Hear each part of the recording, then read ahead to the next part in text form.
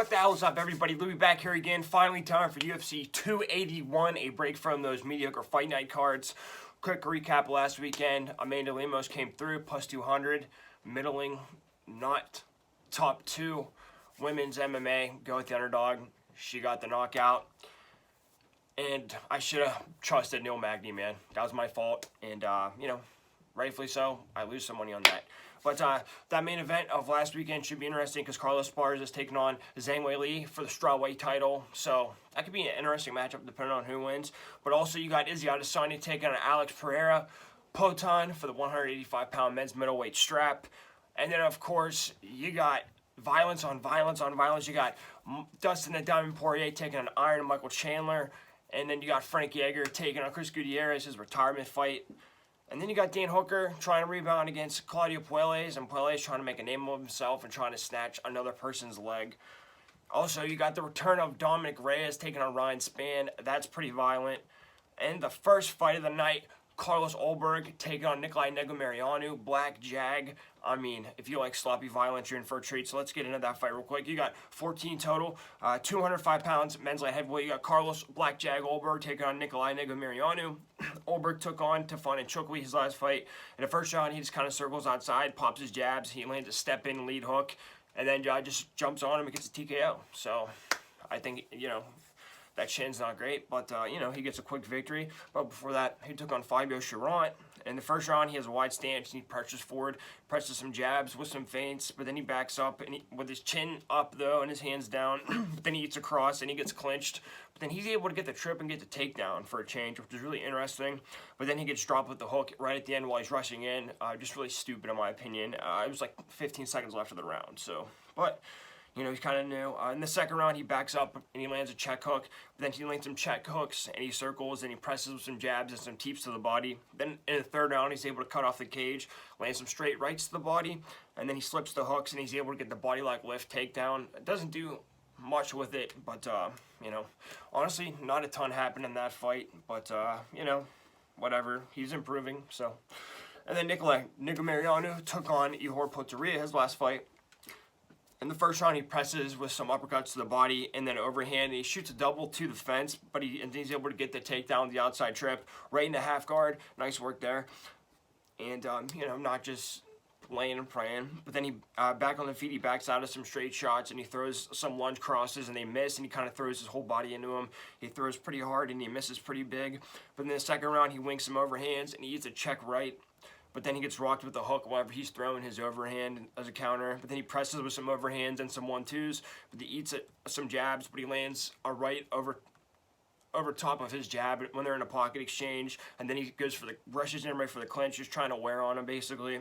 But then he lands a straight right and he pulls the plum tie, lands some knees to the head, pretty nasty. And then he just starts blasting right hooks and some uppercuts to the clinch, and then some more plum knees to the head, and gets a TKO. Pretty violent, pretty vicious, and he did not blow his wad, so that was good.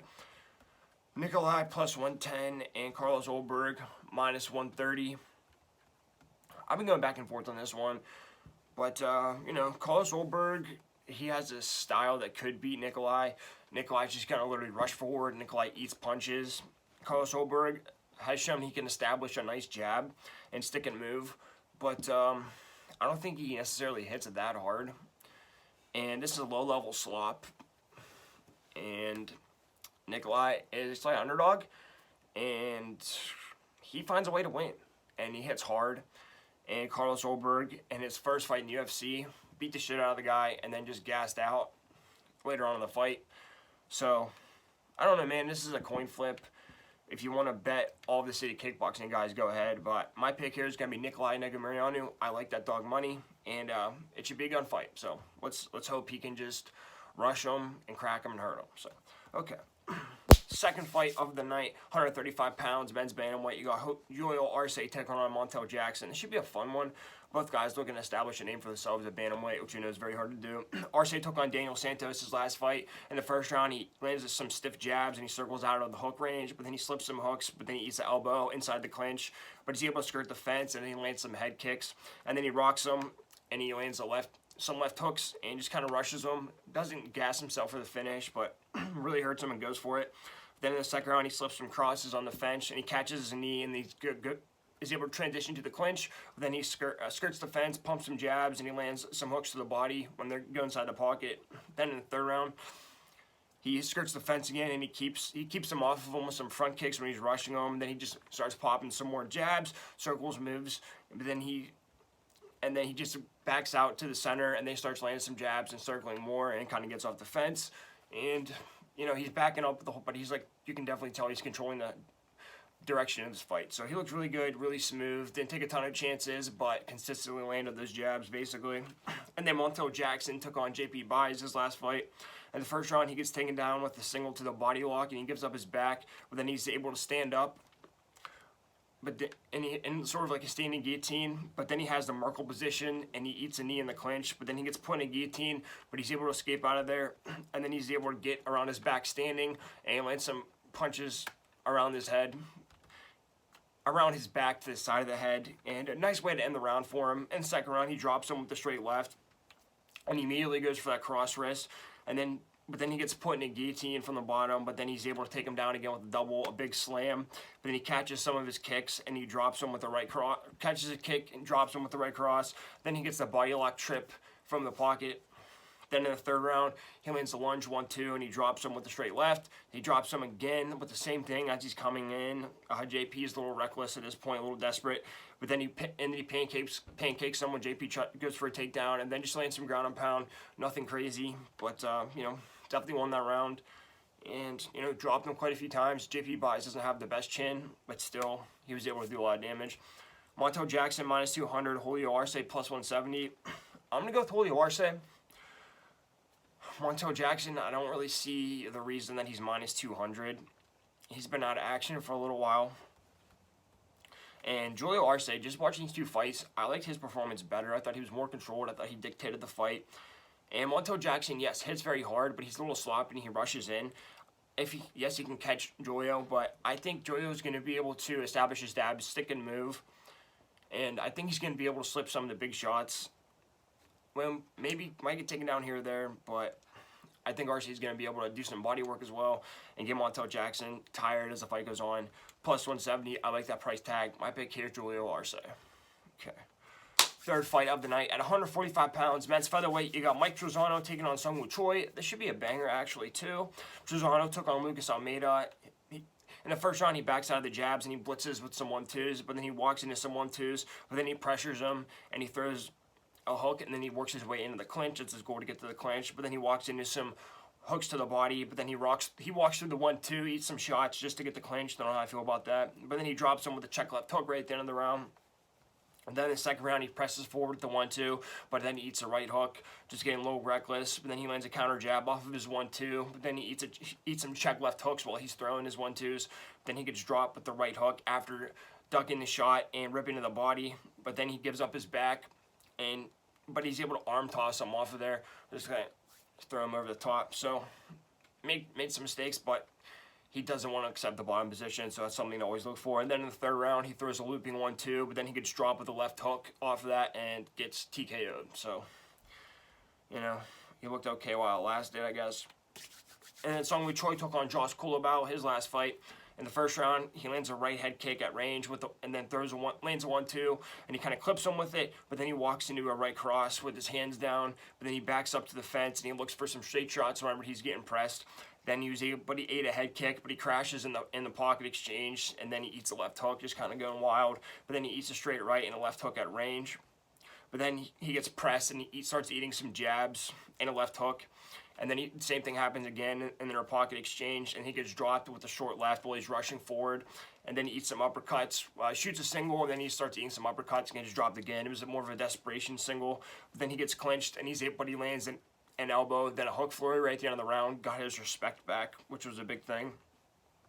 And then in the second round, he eats some left hooks while he's coming into him, but then he gets dropped with a step-in right cross, and he kind of just leading with his head again. Then he eats another right cross, but then he's able to land a head kick off of there, but then he eats an overhand off of his hook, then he lands a step-in 1-2, and then just kind of starts circling, sticking and moving a little bit. And then in the third round, he lands a leg kick, but he eats a jab and an uppercut when he's coming in, and then a right cross down the middle, just getting a little reckless and starting to eat some shots, which I didn't think was a good game plan, but he does need to go for the knockout. But then he's able to reverse the clinch, and he gets the back trip takedown, and then he puts him in the body triangle, goes for a rear naked choke, but it's just too little too late. But he had a really good third round, and nice to see that grappling wrinkle, but he was already down 2 rounds. So, but decent performance out of him. I just thought he took too many shots early on. Sungwoo Choi, minus 170. Mike TRIZANO, plus 145. I'm going to go Sungwoo Choi. Price tag, don't love it, don't hate it. Bit of a rough patch, but I think he's going to get back here. Mike TRIZANO just got knocked out his last fight. Sungwoo Choi hits like a truck. And I like seeing that grappling element out of him. And I think he's just going to be able to take the center and dictate the pace of the fight. And if they want to get into a pocket exchange, I think Sungwoo Choi wins. My pick here is Sungwoo Choi. All right, this will be the 4th fight of the night, 115 pounds, women's strawweight. You got Carolina KOWALKIEWICZ taking on Silvana Gomez-Juarez, Carolina KOWALKIEWICZ took on Felice Herrig her last fight. This was coming off of a decent layoff. In the first round, she lands in the pocket, she lands the right hook over top of Felice's jab, and then she lands a right cross whenever Felice presses into her. Then she throws a 4-punch combo off of the jab, and then she circles, and then she lands a right cross off of Felice's blitz. Then she gets the tie clinch, lands some knees to the body and an elbow, and she's able to duck under in the clinch, and then she gets one leg, shoots in against the fence. Sorry, she gets her down, has her back, puts one leg in against the fence, does a little ground and pound, kind of goes through her naked choke. You know, the Neil Magny special.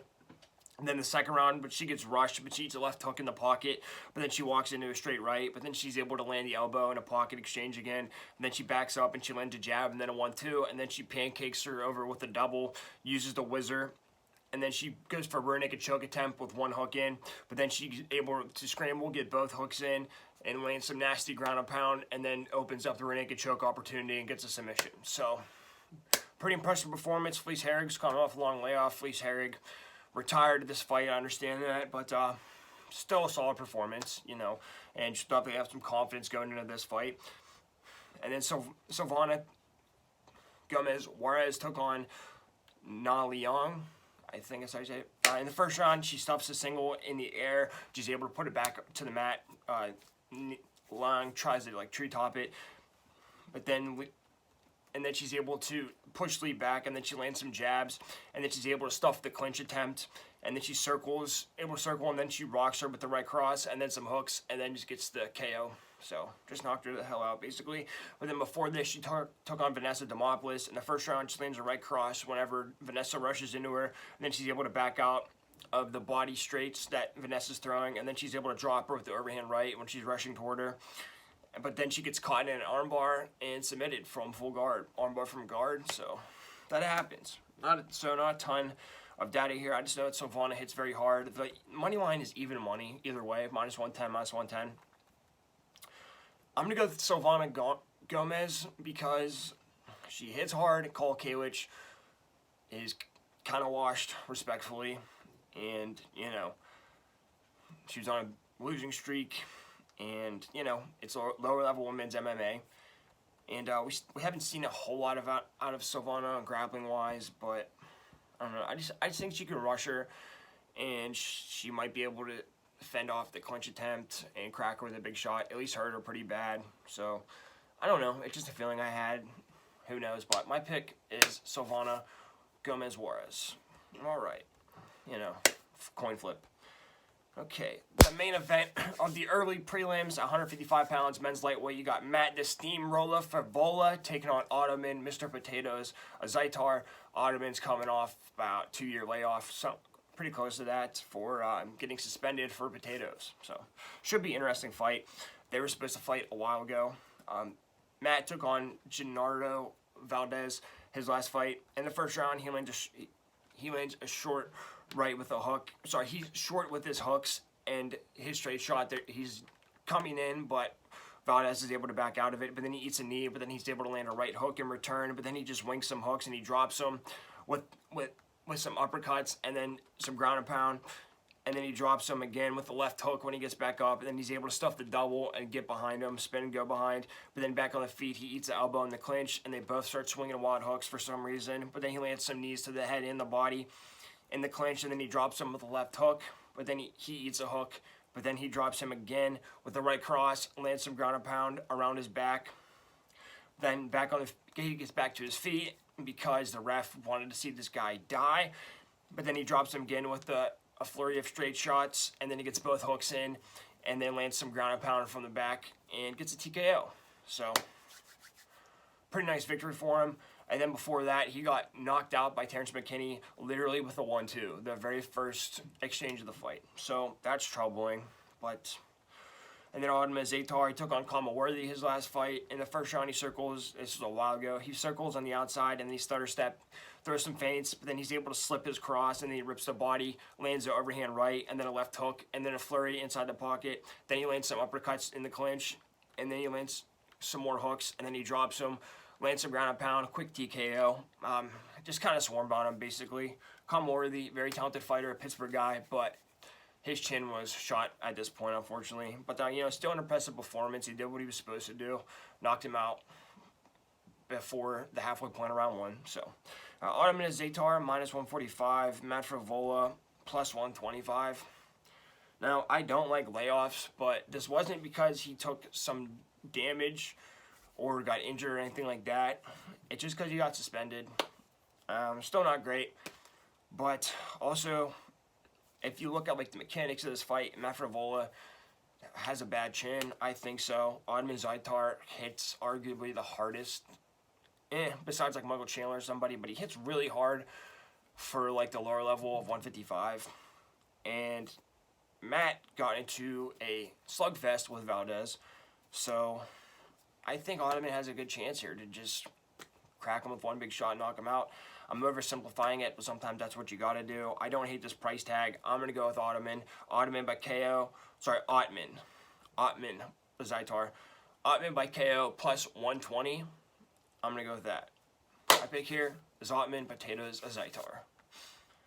All right, first fight of the regular prelims at 185 pounds, men's middleweight. You got Andre Petroski taking on Wellington Turman. Should be a fun one. Both guys have similar games. They're both heavy grapplers, but Petroski's more wrestling and Turman's more Brazilian Jiu-Jitsu and pulling stuff off his back. But it should be fun. Petroski took on Nick Maximoff and just catches Nick on a shot. And I believe it's a Darce or an Anaconda catches him with one of those. So, didn't get lucky, but, the fight didn't really get going. But then before that, he took on Yeo Zong Hu. In the first round, he landed a step-in overhand left, and then he blocks the head kick, and he gets the guillotine on top. But then he takes his back from there, throws in a nice neck crank attempt, but then he loses it, but then he tries the Anaconda, but he uses it to get up and avoid getting reversed, so I like that. Then he lands some left hooks. Remember, he gets pressed, but then he eats some front kicks. But then he lands some more overhands at range to end the round. Then in the second round, he skirts the fence, and he lands an overhand, goes for the double, and then he tries the guillotine, but then he loses top position. But then he's able to slip the straight shots, but then he shoots a double, and he pulls the Darce again, and then he takes his back, and then he's able to try an arm triangle. Wasn't the best attempt, but still decent attempt, and then asserted dominance. Then in the third round, he kind of half shoots a double, lands some overhands, and he backs out of the hook range. Then he shoots a blast double and takes his back, and he gets one hook in, but then he has one hook in, but then Hu is able to turn in. But then back on the feet, he lands an uppercut and then a left hook, and his double attempt gets stuffed. But then he reshoots, and he's a little extended. But then he's able in the Iranian position, and he's able to finish out the back. And then he goes into half guard, and then he lands some elbows. And then this time he really sinks in. That arm triangle takes his time, and he gets parallel to the mat, and he gets a submission. So very good work from him. And whenever he did kind of lose position, he didn't force it to get it back. He just kind of stood up with it and made sure he wasn't in danger. So, just kind of flowed with it, I would say. So he looked good. And then Wellington Turman took on Misha Serkinov his last fight. And the first round, he kind of bounces in and out. He lands an overhand and then shoots a high single, but he can't get it. But then he hits a lateral drop, and he gets around his back standing, and then he hits a mat return, and then he's able to get in the backpack position, has a nice rear naked choke attempt, but then he slides off the back, and then he eats some ground and pound for Misha, and Misha's pretty pissed at this point. But then he gets put in a three-quarter Nelson, and then he goes over, and then Serkinov has a north-south position, but Turman's able to throw his hips over and get out of it, and wasn't in any serious danger. And then in the second round, he lands some front kicks from range, and then he's in the front headlock position. He's able to stop the double, but then he gets tripped and taken down in the clinch. But then he lands some elbows from the bottom, and he's able to catch the armbar in full guard and get the submission. So, yeah, he did eat some nasty ground and pound. Serkinov was like standing over top of him and throwing it, but you know, he took enough damage to get the armbar. So, you know, he's tricky. Wellington Turman plus 165, Andre Petroski minus 195. I've been going back and forth on this one. I hate the price, and I like to say both guys are very similar games. Go with the underdog. But I just think Petrosky hits harder, and I think his striking is better.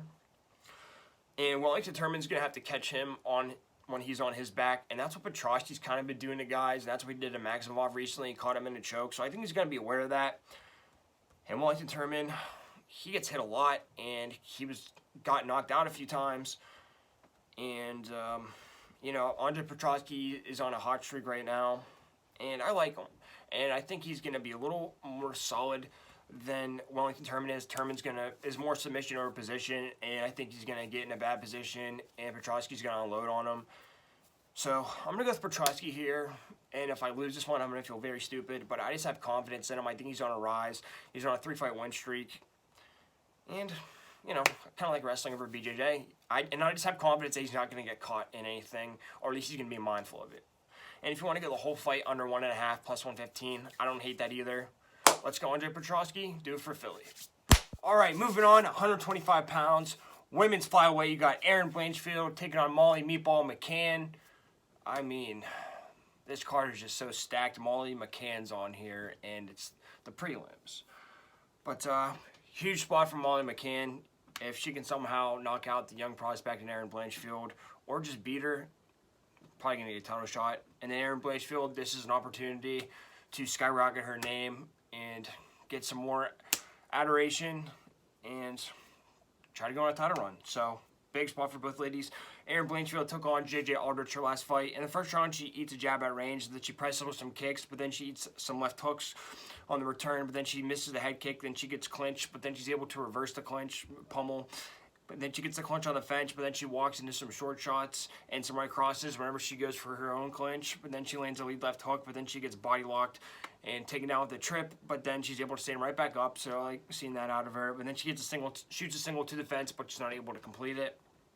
And then in the second round, she presses with some 1-2s, and then a knee, and she backs out, back into the center. But then she walks into some crosses, but she's able to land a right over the top of her jab. But then she gets taken down with the body lock. But then she gets right back up again. But then she eats some jabs at range. But then she lands a left cross, and then she pushes her down whenever she throws a knee. Impeccable timing, and then she gets a standing guillotine submission. Just kind of pushes that thing.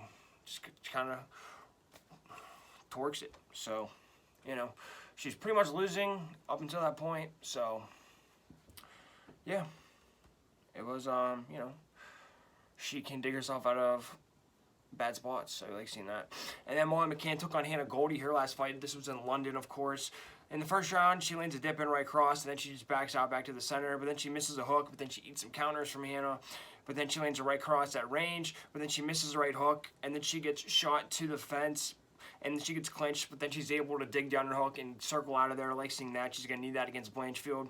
But then her leg is caught off of her leg kick, but then she's able to land a hook and get her leg back to the mat. But then she catches the kick, lands a hook, pushes her down. Back to the feet, she lands a lunge overhand right, which rocks her. And then she lands a spinning back elbow, and then a hook flurry, and just gets a knockout. So, 2 spinning elbow knockouts in a row. What are you going to do? But, you know, she looked pretty crisp. Of course, did okay in the grappling. Molly Meatball, plus 330. Erin Blanchfield, minus 410. I think Erin Blanchfield is an impeccable fighter. But her last fight, she looked human. J.J. Aldrich isn't the top 5 of the division, and she was getting out grappled. Now, Molly Meatball is not a grappler, I get that, but it's just like the idea that she's not untouchable, you know? She looked like that against Miranda Maverick, but some of these older veterans can give her some trouble, and Molly has a lot more experience than her. And Molly has the knockout power. I know Blanchfield's a better grappler than Hannah Goldie, but she did okay. She's able to get out of some positions. Molly just needs to be able to keep her off of her and land some big hooks, land an elbow. I don't know. It's still lower level women's MMA. This price tag is huge. I'm going to go with Molly McCann. Why not? You know, she can knock her out. We'll see. I'm going to go with Molly Meatball. Why not? Fuck it, you know. The co-main event of the prelims at 205 pounds, men's light heavyweight, Dom the Devastator Reyes making his long-awaited return back to the sport, taking on Ryan Superman Spann. Both guys need a win here. Dom Reyes, 3 in a row, 2-league competition. Still, if he wants to come back, Ryan Spann is like the lower end of the elite, so he needs a win here. So it should be an interesting fight. Dominic Reyes took on Yuri Prochazka his last fight. In the first round, he lands a head kick at range, then he backs up, lands some jabs, but then he walks into a lead uppercut, but then he's able to circle out of it when he gets hit. But then he lands a step in straight left, but then he eats a cross whenever he throws his teep. But then he ducks the straight, and he's able to get the body lock trip takedown, kind of in half guard. Can't do too much with it, though. But then he loses it whenever he's going for a mount, so got a little overzealous. But then he eats a flurry off of the step in left he throws.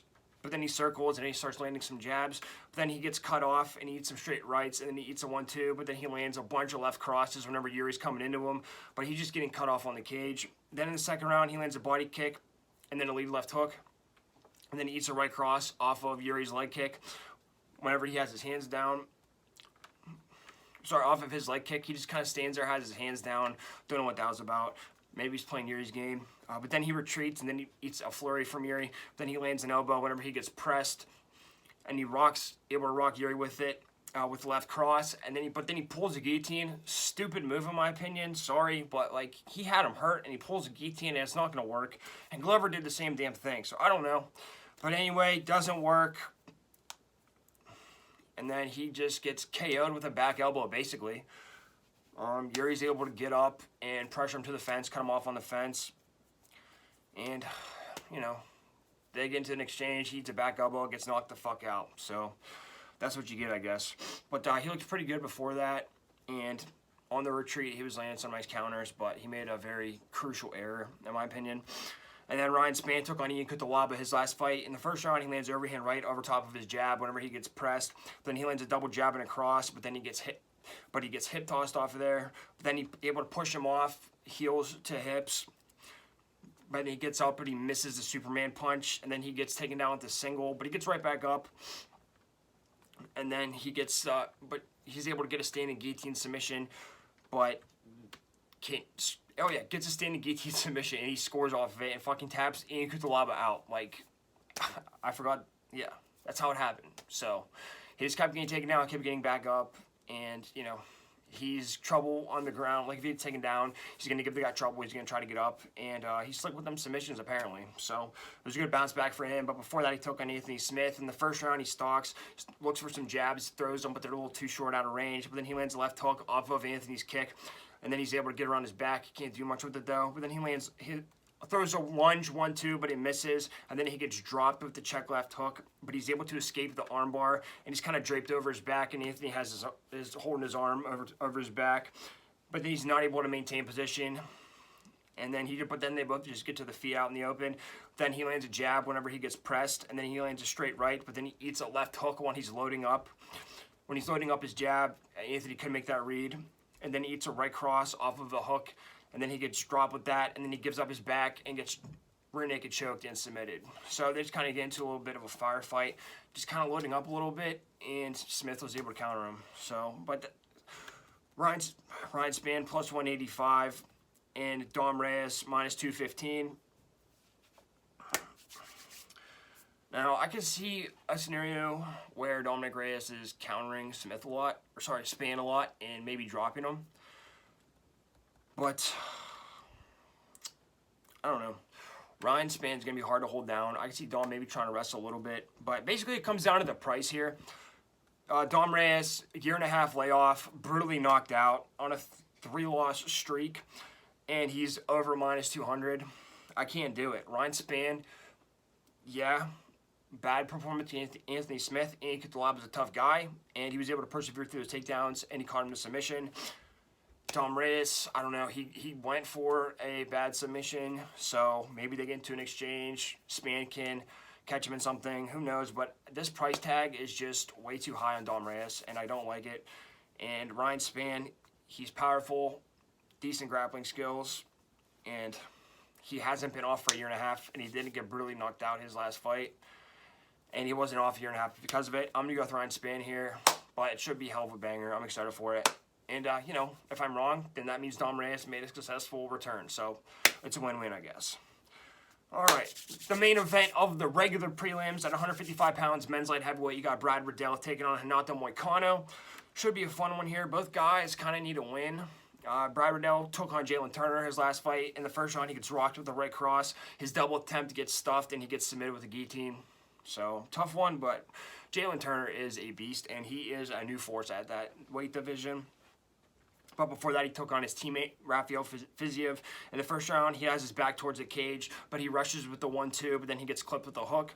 But then he eats a body kick at range, and he misses a combo whenever he tries to counter. But then he eats some hooks off of his jab. Then he lands a step-in jab, and then an overhand. But he lands an overhand, but then he eats a right hook in return from Fiziev.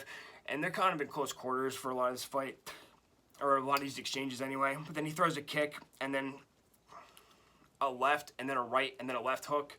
So left, right hook, just kind of goes in there, and then he'll back out. So he's pretty fast with those combinations. Then in the second round, he eats some body shots off of his kick, but then he lands a lunge left hook. But then he eats a step-in elbow, and then he misses his hook, and Fiziev's starting to get inside him a little bit. And then he lands a step-in left and right hook whenever he circles back, and then he'll back out of there, step in, move in and out. Some nice movement from him in this round. But then he eats a lead left hook from Fiziev. Then he lands a step in right, goes to the clinch, but he can't really get anything. Fiziev is able to break it off. But then in the third round, he gets a double off of Fiziev's leg kick, and he gets behind him. But then he just lets him go, and Fiziev is like in the quad pod position, and Riddell doesn't even like attempt to break him down. So I don't know. But then he eats a check left off of his step in right, and then he gets KO'd with a wheel kick, just kind of circling. So yeah, kind of out of nowhere, but that's what Fiziev does. Fiziev just kind of knocked RDA out in the 5th round after like a somewhat competitive fight, and that's what this fight was. And Fiziev just kicked his head off. So it sucks, but he showed a lot of good technique, a lot of speed, a lot of precision. So it was a good fight. Then Renato Moicano took on Rafael Adesanya, his last fight, and this was like a couple weeks' notice, and this round was This fight was 5 rounds for some reason, but, you know, didn't go well for him. But we learned a lot. In the first round, he lands a body kick and then a 1-2 to the clinch on the fence. And then he hits a shuck by, and he tries to go for the backpack, but he can't hold anything. But then he gets doubled off of his own hook. Then he eats a head kick at range, and then a knee inside the clinch, and he starts to get backed up. But then he gets doubled, and he tries to shrimp out, but then he just eats some ground and pound there. But he came out real tenacious early on, and then RD was able to get that double off of him.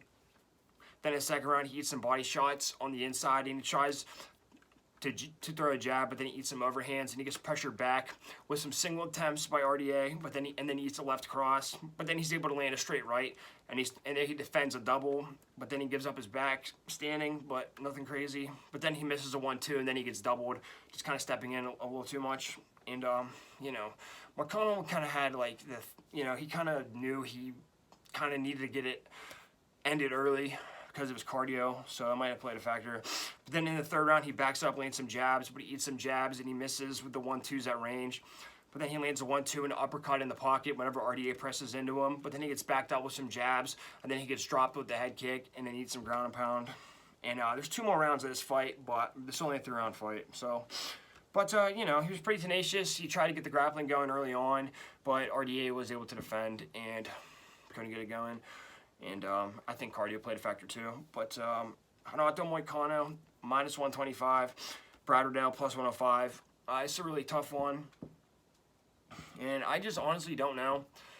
I really like Renato Moicano for some reason. That RDA fight showed me a ton of heart and showed me some promise. If we would have had a full training camp, I don't think he would have beat RDA, but I think he could have gave him a better fight. But you know, he hurt him in a couple spots, especially later on in the fight, which I didn't expect. So it's kind of my personal bias, I guess, but I really like Moicano. And my thing with Riddell is coming off of 2 knockout losses.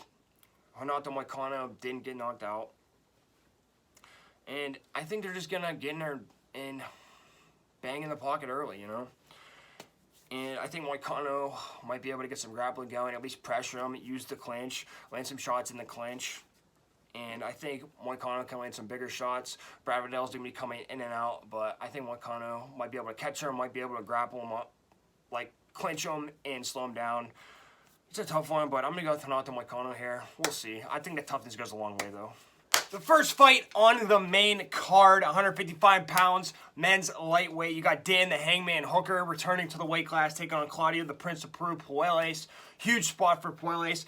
Dan Hooker needs a win to be considered relevant in this division. Dan Hooker took on Islam Makhachev his last fight, or not his last fight, but his last fight he went to 145. He got knocked out, and it wasn't a good sight for anybody. He took on Islam Makhachev though. Before that, first round he circles, jabs, and some front kicks.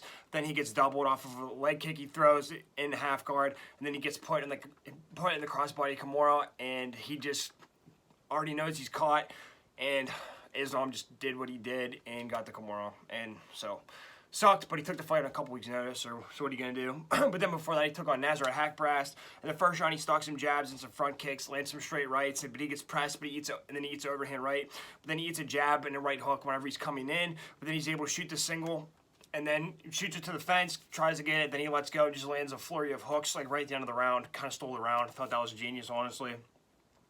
Then in the second round, he feints, and he looks for some straight rights, and then he's able to land a head kick.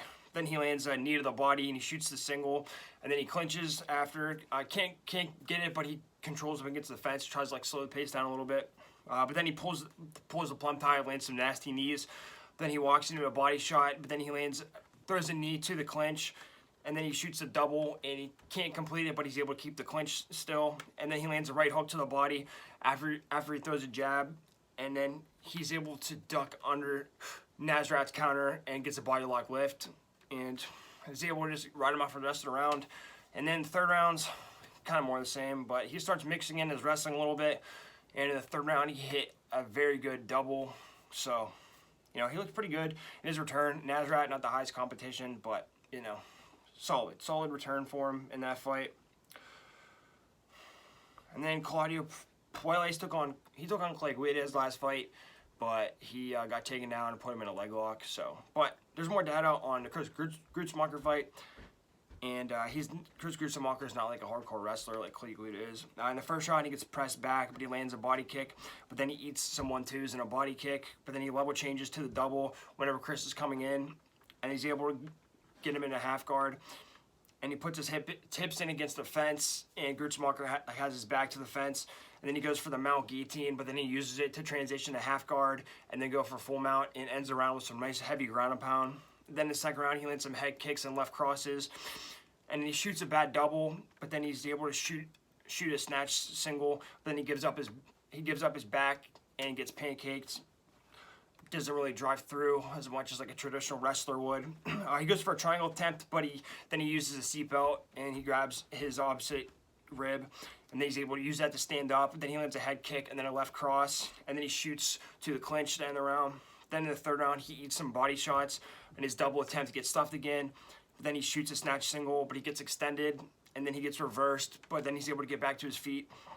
Then he goes for a leg lock, eats some hard ground and pound shots because he's fully exposed from around the back, but then he rolls through again and then pulls that knee bar, and Grutzmacher doesn't do anything to defend it and gets a submission. So that's his game. PUELLES plus 125, Dan Hooker minus 145. Claudio's going to have to get to the ground. He doesn't have great offensive wrestling, in my opinion. Dan Hooker, decent wrestler himself. He's adding it to his game. And I think if he's stuck on the feet with PUELLES, I think Hooker is going to land some nasty knees and land some jabs and just kind of walk him down. And I think he's going to be able to tire PUELLES out through 3 rounds. I think he's going to make his life hell as long as he doesn't get on the ground with him, and Hooker is pretty intelligent. So I'm going to go with Dan Hooker. The line's not too wide. I like him. I hope he gets a victory. Second fight of the main card, 135 pounds, men's bantamweight. I hope you have your tissues ready because it's Frankie the Answer Edgar's retirement fight, taking on Chris El Guapo Gutierrez. Should be a fun fight. I'm excited, man. But Frankie Edgar took on Chito Vera his last fight last year at Madison Square Garden, so he's had some time off. But in the first round, he stalks with some 1-2s and a left cross, but his single attempt gets stuffed, but then he lands some lead left hooks in the pocket, and then he lands a step-in right cross, but then he grabs the kick, transitions to the double, and he's able to defend the guillotine attempt. But then he lands some ground and pound and elbows and full guard, and he just gets to work. Yeah, it's full guard, but he's making these shots count still. Then in the second round, he lands a straight right and then a left cross off of Cheeto's jab, and then he's able to back out. Then he lands some hooks in and out, and he catches the knee, gets into full guard, more ground and pound. But then Cheeto's able to push him off, and then he's able to roll out. You know, Cheeto's a little tricky on the ground. But then back on the feet, he circles, but then he eats an elbow and a front kick from Cheeto. Then he gets dropped with a jump knee to the body, and then he gets dropped with a step-in elbow. Now, like, did he get dropped or did he stumble? You know, whatever. I didn't really go back and look at the replay. But the point is, he was getting hit with these shots, and Cheeto was just kind of exploding in on him. And then in the third round, he walked into a front kick, but then he lands some hooks on the inside. His single attempt is stuffed this time, though. But then he presses a 1-2-1 combination, but then he eats a hook in return. And he catches the kick, and he shoots for the double, but he's not able to hold him down this time. But then he lands a short left hook over top of Cheeto's jab, but then he circles and just gets knocked the fuck out with the front face kick. You know, Frankie was kind of like waning a little bit in the third round, but he was still going strong, and, you know, he didn't seem to be too slow. Like, he seemed like he was keeping up with Cheeto for the most part, but Cheeto just did what Cheeto does and knocked him the fuck out. And it looked like he was relying on like keeping him on the ground a little too much. But, you know, tough one. But Cheeto's about to fight for a title. So, and then Chris Gutierrez took on Dana Baccarello his last fight. And the first round he backs up, lands some jabs and some leg kicks. Then he eats a right cross off of his step-in jab. But then he lands a step-in hook. Then he goes to the clinch after. But then he skirts the fence and he slips some hooks and he's able to circle out whenever Baccarello presses on him. But then he lands some jabs, but then he eats overhand, and then he circles and he goes for the clinch again. But then he lands a spin elbow, but then he gets mat returned. He misses the elbow, don't know why he went for it. But then he eats some ground and pound from the back. And I think he gave up that round right there with like 20 seconds left to go. Just ate some ground and pound, so not the best IQ. But then in the second round, he circles the fence again, and he slips the crosses, or like whenever Baccarello would step in, he would be able to slip the shots or like sidestep him, and then he starts pumping his jabs. He's looking for places where he can slip the shots, but then he throws some head kicks, and then he lands a spinning back fist out of nowhere, gets the fucking knocked out. So yeah. Frankie Edgar fighting guys that just get knockouts out of nowhere, so it should be interesting. Chris Gutierrez minus 230, Frankie Edgar plus 195, and I don't know, bro. I've been going back and forth. There's so many variables. Chris Gutierrez, not the greatest grappler in the world, got 10-8'd by Cody Durden when he took his back, but Frankie Edgar took a year off. He's 41 or 42. He got brutally knocked out. That's why he took the year off. This is his retirement fight. He's announced it. He's in his hometown, basically, Madison Square Garden. How's that going to play to him? I don't know. Chris Gutierrez is on the rise. He's a guy that's trying to get ranked, so it's a big opportunity for him.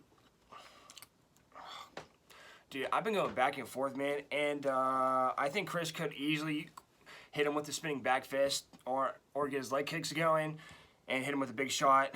But you know what? Fuck it. I'm just going to go with Frankie Edgar.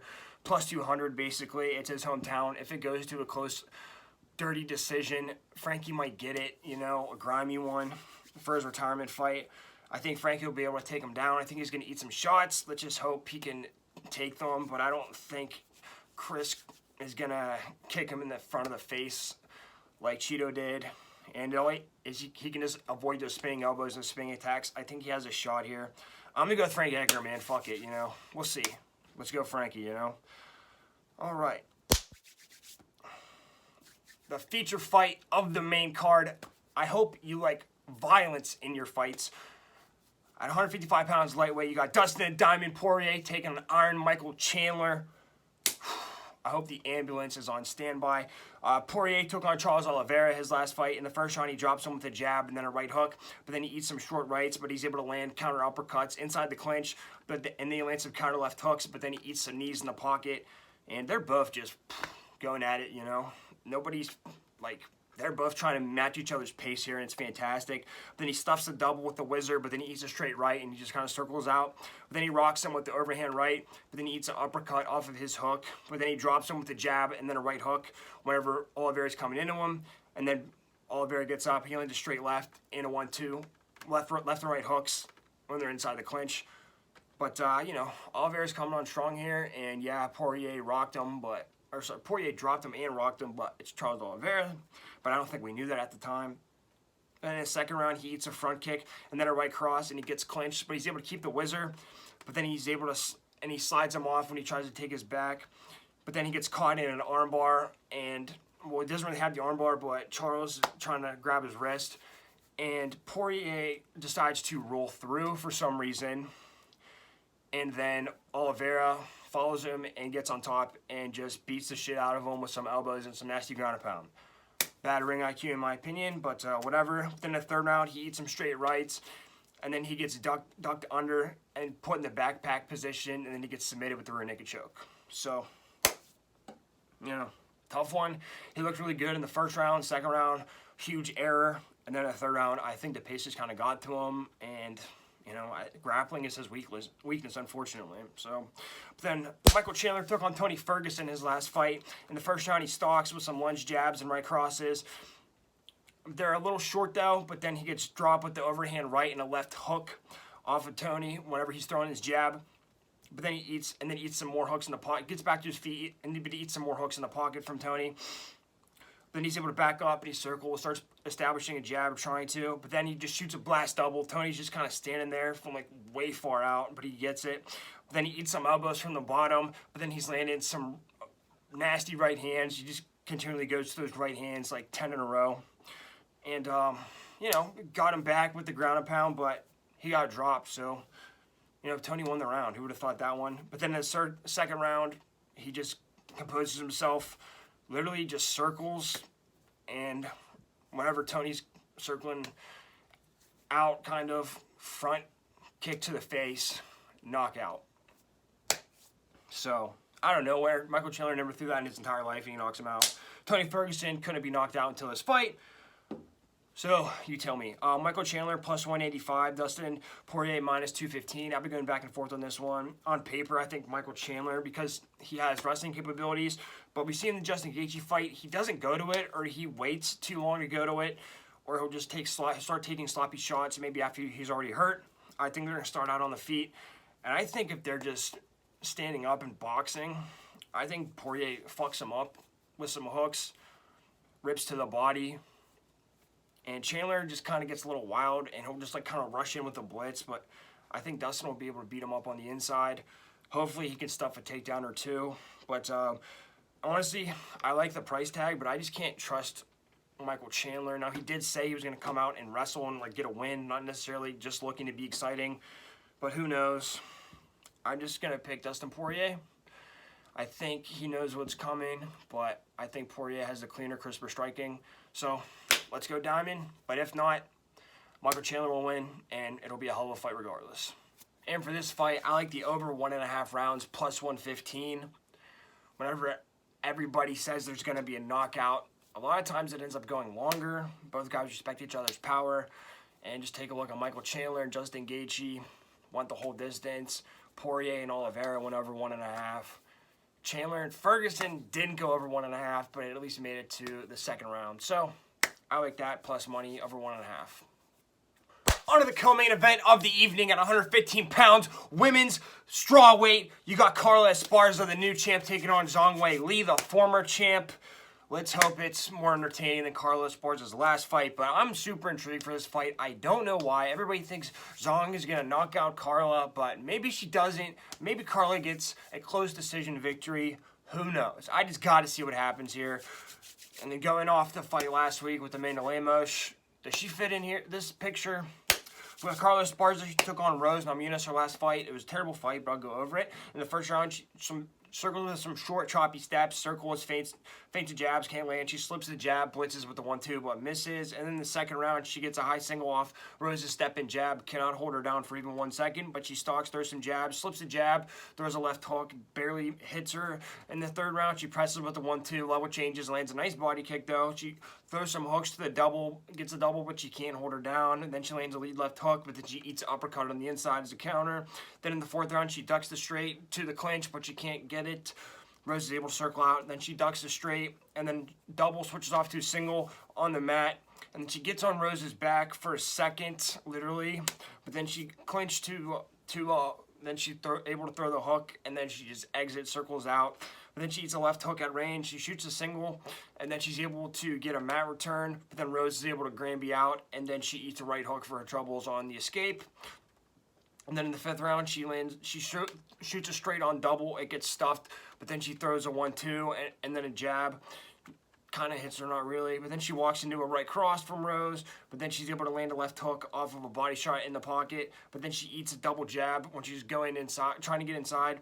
But then she gets double to a trip at like 15 seconds left by Rose. So, you know, not a great ending. Terrible fight, but that's how the fight went. And then Zhang Weili, she took on Joanna Jacek her last fight, but I'm not going to go over that. I'm going to go over the second Rose fight because I want to look at a common opponent. In the first round of the second Rose fight, she circles on the outside, lands a leg kick, but she eats a blitz.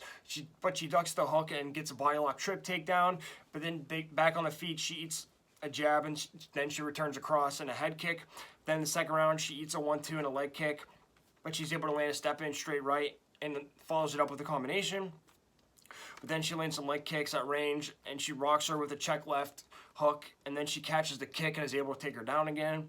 But then she tries an inside trip inside the clinch, but then she gets taken down with an outside trip by Rose at the end of the second round, so things got interesting.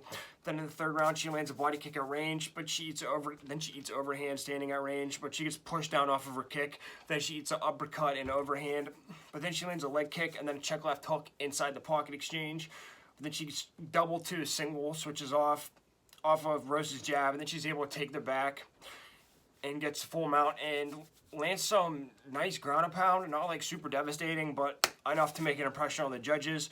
Then in the 4th round, she eats a right cross when she's kind of standing at range with her hands down. Then she's able to stuff the double, and then she ducks under, gets around the back, but then Rose turns in because she didn't have the hooks in very deep, and Rose kind of like reverses that position. And then in the 5th round, she lands a straight right and then a left hook, but then she gets taken down at range with a double to the trip. She's kind of standing there, and Rose catches her, wasn't expecting it, and gets ridden out for the rest of the 5th round. Probably tired, and deservedly so. But, you know, two completely different fights. Zhang Weili minus 330, Carla Esparza plus 275. I'm going to go with Carla Esparza.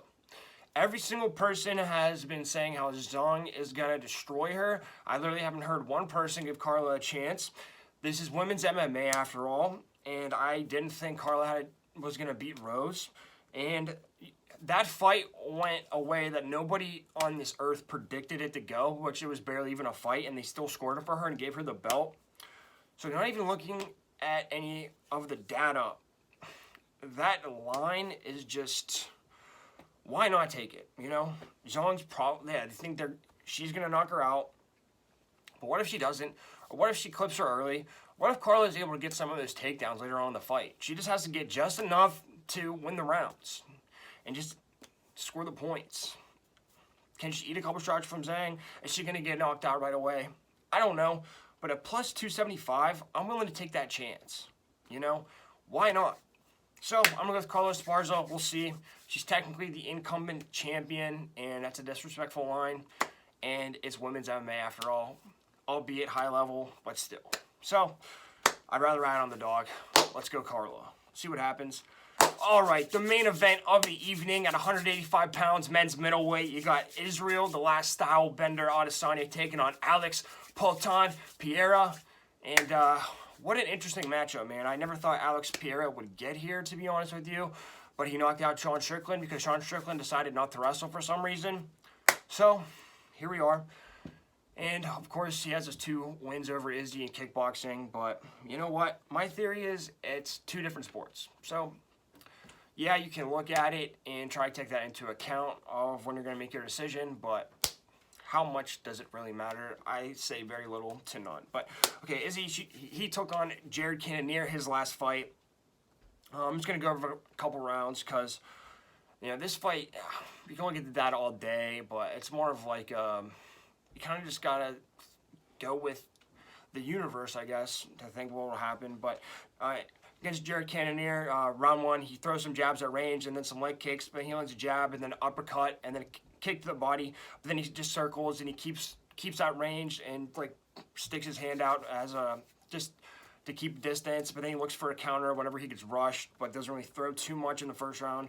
Then in the second round, he pressures more, lands a head kick, then he lands a leg kick, and then a lead left hook. Then he lands a jab and a right cross down the middle, like perfectly down the middle when Jared just standing there.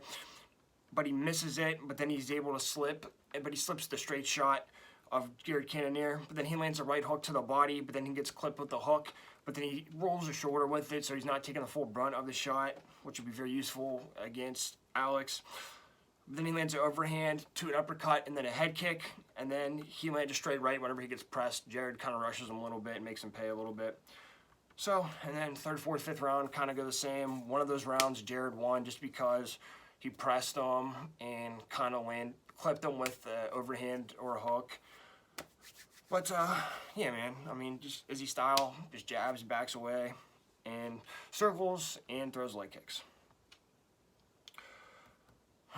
Alex Pereira took on Sean Strickland in his last fight, and this was the fight that got him into this fight already.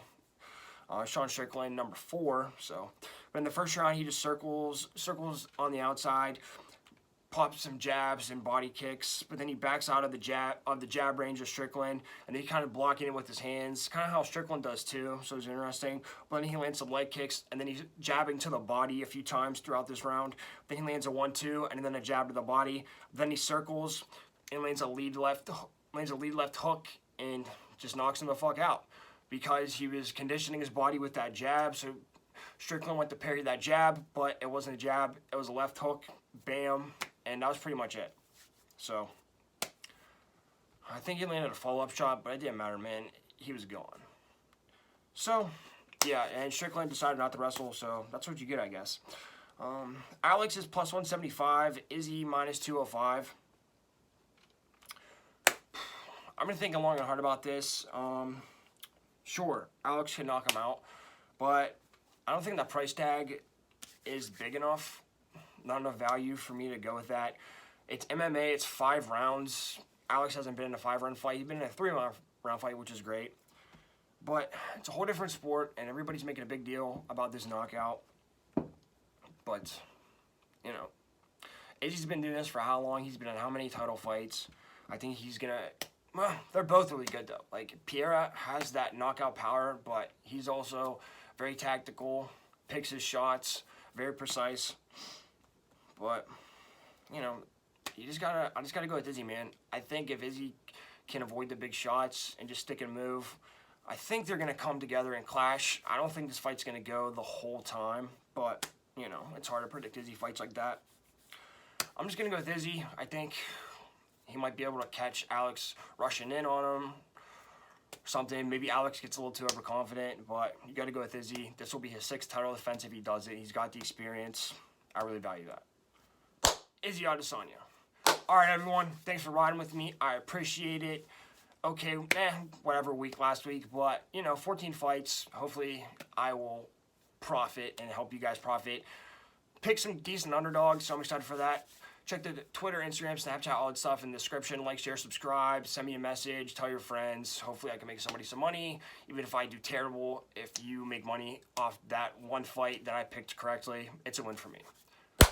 Let's see some upsets. Let's see some violence. Let's see some profits. Good luck, everyone.